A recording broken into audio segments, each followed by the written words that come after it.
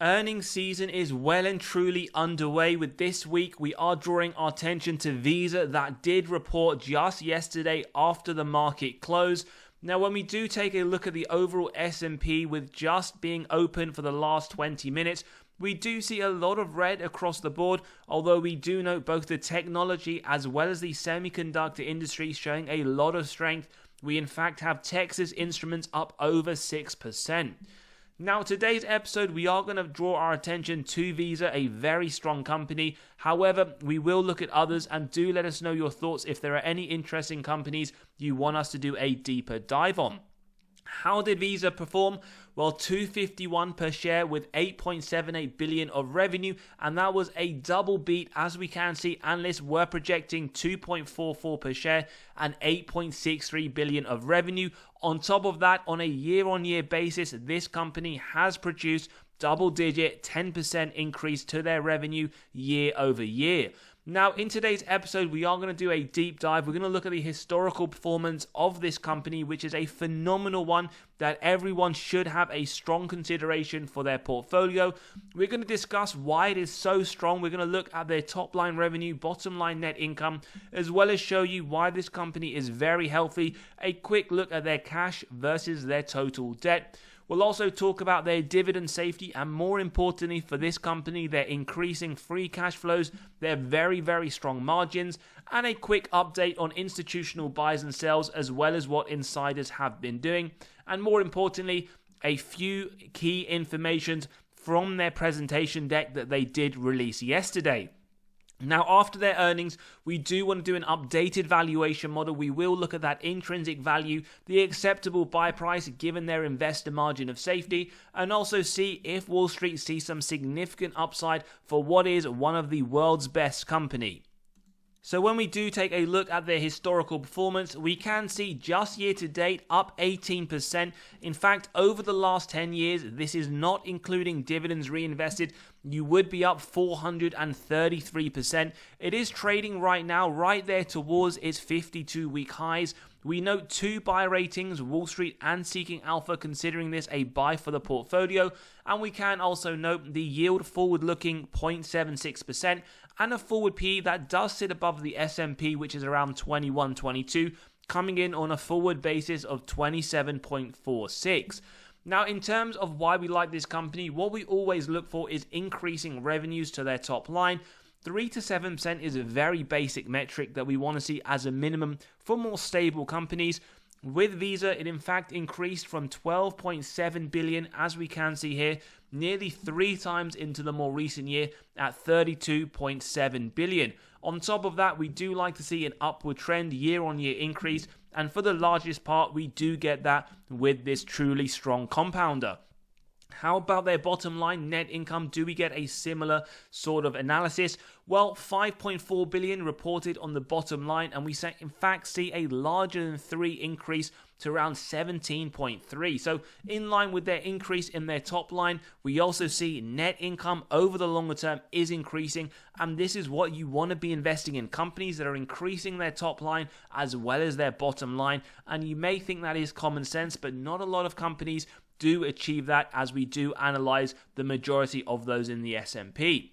Now, we also like to do a quick health check, so just an update on the total cash and short-term investments versus the total debt. We note around 4 billion in September 2014. Now we note 5 times as much, 20 billion, and we can in fact see with this company over the longer term, they have been increasing their cash balance. How does that compare to their total debt?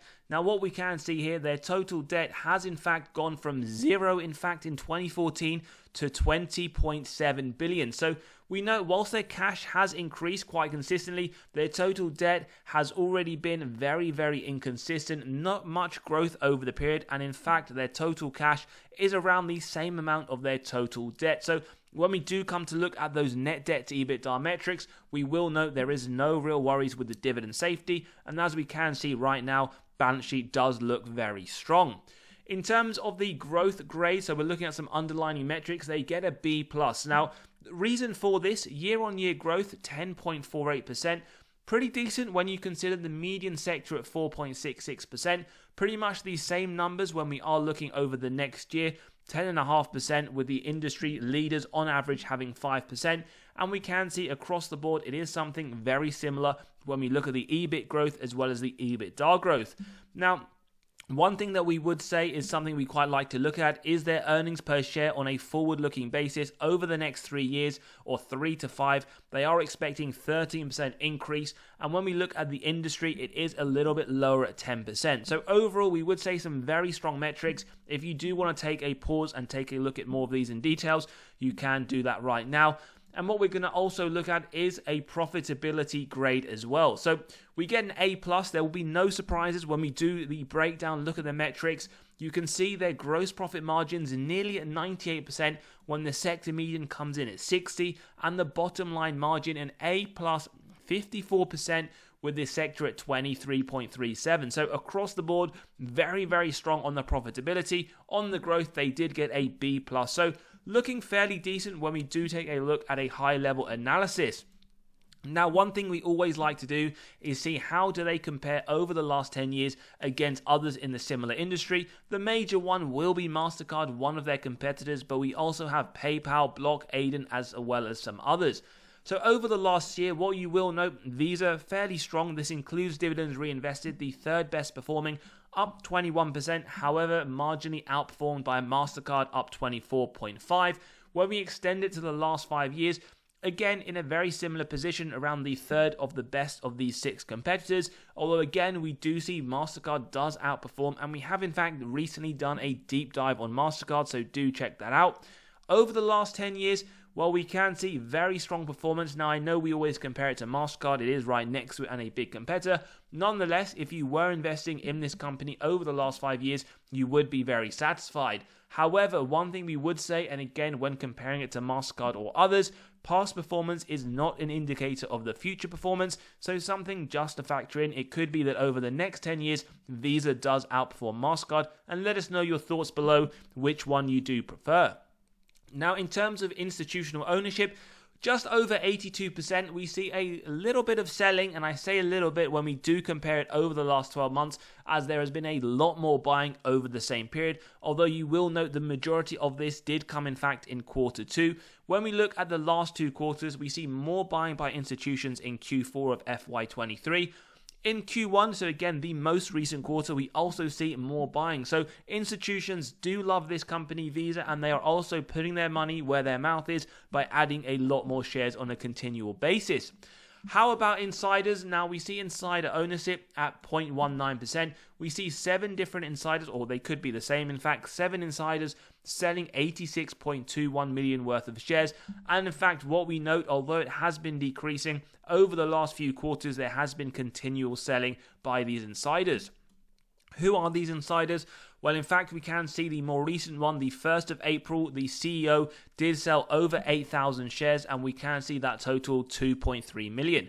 Now, this is a very strong company, and we wouldn't say to pay particular notice to this insider selling. It isn't a massive bearish signal, as we never really know why they sell. What we would say is insider buying is a bullish signal, but as always, for that transparency, we do want to show both buys and sells. Now, we also want to let you know that we have recently released our free latest newsletter. Now, in this one, we do talk about where we get all of our resources from, the websites.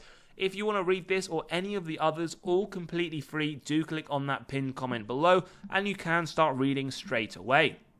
Now, what we want to point out from some of these slides in their latest presentation, in fact, just from yesterday, is that when we do take a look at their growth on their revenue on a non-GAAP basis, it is up double digits, 10%, as we did mention earlier. Their operating expenses, we can see up 11%. Their effective income tax rate, again, not much to discuss on that, but we do see their earnings per share up 20%. So very, very strong. But again, what I would say with Visa, this isn't a one-off. When we have reviewed their earnings on a quarterly basis, they do produce some very, very strong numbers, double digits in fact. And what is interesting to note is they expect that to continue when we do look at the financial outlook for the third quarter as well as the full year of 2024. So revenue growth for the next quarter, low double digit. Full year, pretty much the same. When we look at their earnings per share growth as well, what we can see, the higher end of the low double digit, and the full year low teens. Now, again, this is something that is very common with this company. It is to be expected, and maybe why you could argue this company does, over the longer term, tend to trade at a premium. Now, in terms of dividend safety, we have a very safe score here of 99, the safest score obtainable. Market cap 551 billion. It is a mega cap company. Now, last recession, just to let you know, they increased the dividend during the 07-09 crash. They had plus 9.5% recession sales. Now, this was above the average growth of the S&P on average, which was negative 12. And that is something that is very positive to note for this company. Now, dividend growth, well, double digit just last year, double digit over the last 5 years, double digit over the last 10 years. So we can see this is a dividend growth company that continues to give those dividend investors a lot to love with those increases on a year-on-year basis. And they have been increasing those dividends for the last 15 years. Now, dividend yield theory, it does state a company is undervalued when the current yield sits above the 5-year average. So we have a first signal of undervaluation. In fact, today's episode, we have a double undervaluation signal with the forward P sitting at 26.7. That is below the 5-year of 29.1. Now, as always, do remember we don't look at any of these models in isolation, and we will conclude towards the end. We can also point out the financial sector P is much lower at 11.4. Now, one of the reasons, in my opinion, that Visa are able to offer these very strong double-digit increases is due to their free cash flow payout being very low. Now, the blanket rule we have is 60%, no higher, and this is really because we want management to offer those double-digit dividend increases that we love to see. And we can clearly see it hasn't even been over 30% over the last 10 years. Next year is expected to be 18% as well. So, lots to love. Their free cash flow payout is also very, very low. As I mentioned at the beginning of the episode, one of the things we want to see in companies that we like to invest in is that increasing free cash flow year on year.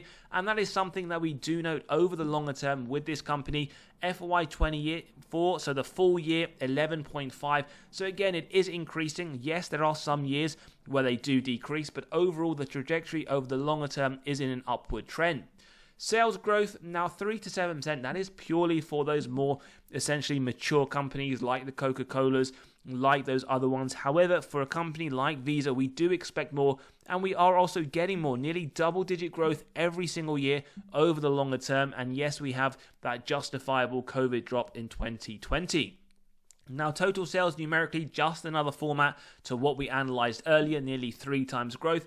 And what is also nice to see, and in fact, what I love is the fact they return excess cash to investor pockets through those share buybacks. And we see a massive share buyback just in the more recent period, dropping from 2.09 billion to 1.85. This is on top of the value that they give to shareholders through those dividend growths, to those increases year on year. Now, when we look at ROIC, it is one of my favorite metrics, essentially showing me that management are able to effectively allocate their capital. I like to see 10% or more. What we get with Visa is double digit every single year and very strong numbers. The last 2 years in the 30s, this makes this company incredibly attractive for investors, as well as those who are looking to invest in the company. On top of that, these are probably one of the top things I love about Visa is their margins are so high. Typical companies, 12%. What we're getting is in the 60s. Not only that, we're getting operational efficiency. It is increasing over the longer term. And they're not just increasing their margins, but also increasing their revenues. On top of that, we get the free cash flows equally as impressive the last few years in the 60s as well. In terms of the net debt to EBITDA, so the earnings before interest, tax, depreciation, amortization, this shows us 1, balance sheet strength, 2, dividend safety, and these are effectively the number of years it would take the company to pay off all of their debt net of cash on hand. What we're seeing for Visa, 0.05 in FY23, 0.11 next year. So this company not only has an incredibly strong balance sheet, but also that dividend is incredibly safe. When you also incorporate this with their low free cash flow, we should continue over the next few years, expect some very, very nice dividend increases as well. Now, in terms of the valuation, let's jump straight in. And as always, if you do enjoy the content, values being provided, smash that like button, hit that subscribe and bell button so you are continually notified when these videos drop. So the first model that we are taking a look at today is the multiples valuation. Now, typically we'd like to use the model when we have a few competitors. However, realistically, we only have MasterCard here, which is a very similar company. And we can see, based on this model, we get an intrinsic value for Visa around $342, showing a sign of undervaluation. But do bear in mind, we don't look at just one of these in singularity. We will conclude shortly. Now, the second model, the dividend discount model, we have the yearly dividend growth very, very strong. In fact, just under 16%. We've gone for 7.25 and we expect them to hit that at the bare minimum over the next few years. So we do see this as fairly conservative, and we get an undervaluation signal as well at $297. We then move on to this discounted cash flow model where we have the free cash flow year on year, and we can see just in the last year they had an increase of 10%. On average, around 16.6%. So we've gone lower than the average, lower than last year as well. So again, we believe this is truly conservative. With our discount rate, we get the present value of future free cash flows and terminal value. Add together with the cash, subtract total debt, get to the equity value, divide by the shares outstanding, and we can see here another strong undervaluation signal. So in today's episode, the intrinsic value is just the average of these three models, and it does come to $329. Now, do bear in mind, you can grab a copy of this valuation model to get to the intrinsic value as well as the acceptable buy price of companies in your own portfolio, as well as those on your watch list by just clicking below. We then look at the margin of safety. Now, what we do with the margin of safety, we start off with 10% and we execute on that if we believe it meets three golden criteria: a wide moat, strong financial metrics, and good forward-looking data. And then we keep going till it's near the current trading price. And what we can see right now, we do see Visa trading at a 15% MOS level based on our estimates and judgments that we did run through with you today. Now, what we would also say when we did look at dividend yield theory, that we did have a sign of undervaluation, and Wall Street do consider this a buy. In terms of Wall Street's forecast, well, over the next 12 months, they believe the share price will go to $320. They see double-digit upside of 14%, again indicating this is a strong buy. Now, as we did run through, this is an incredibly high-quality company. Nearly every single metric will be one of the best that you will ever find when looking at other companies. They had very high free cash flow margins, very high net income, operating and gross profit margins. When we took a look at their net debt to EBITDA, it was nearly zero, so a very, very strong balance sheet. Dividend safety, 99, very, very high. And when we did take a look at their growth, it is growing very, very strongly as well at double digits. Now, you may say that this is a company with a very low yield, but it does depend on what kind of investor you are, whether you are essentially an income investor who just wants a very high yield to take it out every single quarter or every single month, or you're someone who's investing for the longer term and maybe total return is more of importance to you. As always though, do let us know your thoughts. For me, this is a very strong company that even if you were to dollar cost average over the longer term, you would be very, very happy. And it is one that has also outperformed the S&P 500 over the longer term. As always though, let us know your thoughts in the comments below. If you enjoyed today's episode, smash that like button, hit that subscribe and bell button, and as always, we'll see you all on the next one.